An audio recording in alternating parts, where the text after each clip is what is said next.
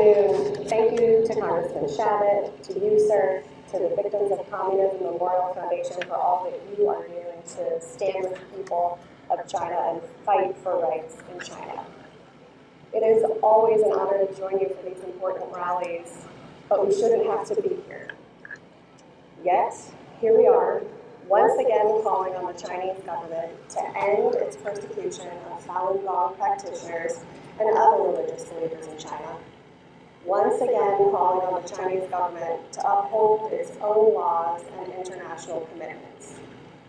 As you already heard, under Xi Jinping's leadership, the government has intensified efforts to extend its repression abroad. The Chinese government leads an enormous global propaganda and media influence campaign, attempts to interfere in the exercise of rights around the world, and conducts the most extensive campaign of transnational repression, which is the targeting of critics abroad, of any country in the world. At home, the Chinese government continues to repress and target not only religious believers, but also lawyers, political dissidents, labor leaders, grassroots activists, and even regular internet users. It is, of course, impossible to speak about persecution of religious believers in China without condemning the acts of genocide being perpetrated against the more than 1 million Uyghurs and other religious and ethnic minorities in Xinjiang.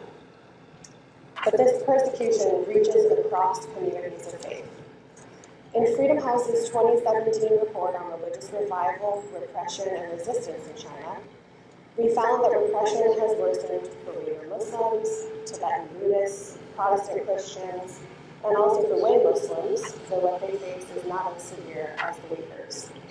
But over the past 5 years, and especially during the pandemic, in addition to the worsening atrocities committed against Turkic Muslims, communities in other parts of China that seemed to have been facing a slightly more optimistic trajectory, like Catholics and Falun Gong practitioners, have seen that reversed.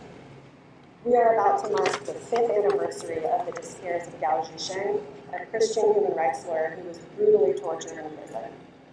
Videos of Gao Zhisheng being tortured have been used to force other prisoners into falsely confessing crimes. And as we know, for those of us gathered here today, brutal persecution of Falun Gong practitioners also continues. Many may not know that some of the architects of repression in Xinjiang perfected those techniques on Tibetans and Falun Gong practitioners. As we already noted, we are here marking the 23rd anniversary of a major Chinese government crackdown on Falun Gong practitioners, but the brutality continues to this day. Wu Qiuhai, a 59-year-old adherent, has been sentenced to nearly 4 years in prison for sharing a video about Falun Gong with 2 contacts on WeChat.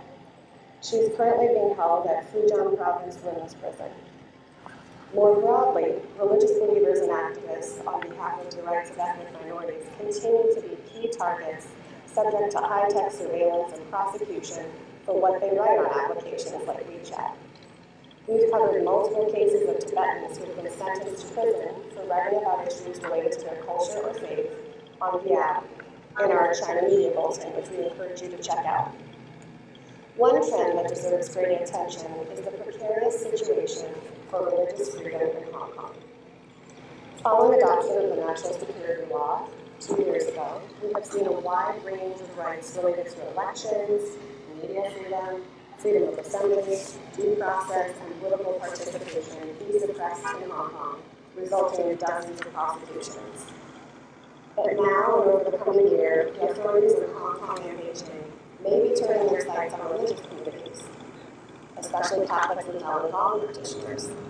The arrest in May of Cardinal Zen in Hong Kong was a watershed moment in that regard. But despite the grim reality faced by religious believers in China and Hong Kong, we are not without hope. Despite tightening controls, millions of religious believers of all faiths defy official restrictions in daily life or engage in some form of direct protest, at times scoring significant victories. Believers have responded to CCP persecution with tenacity, nonviolence, and creativity, and have helped secure the release of detainees.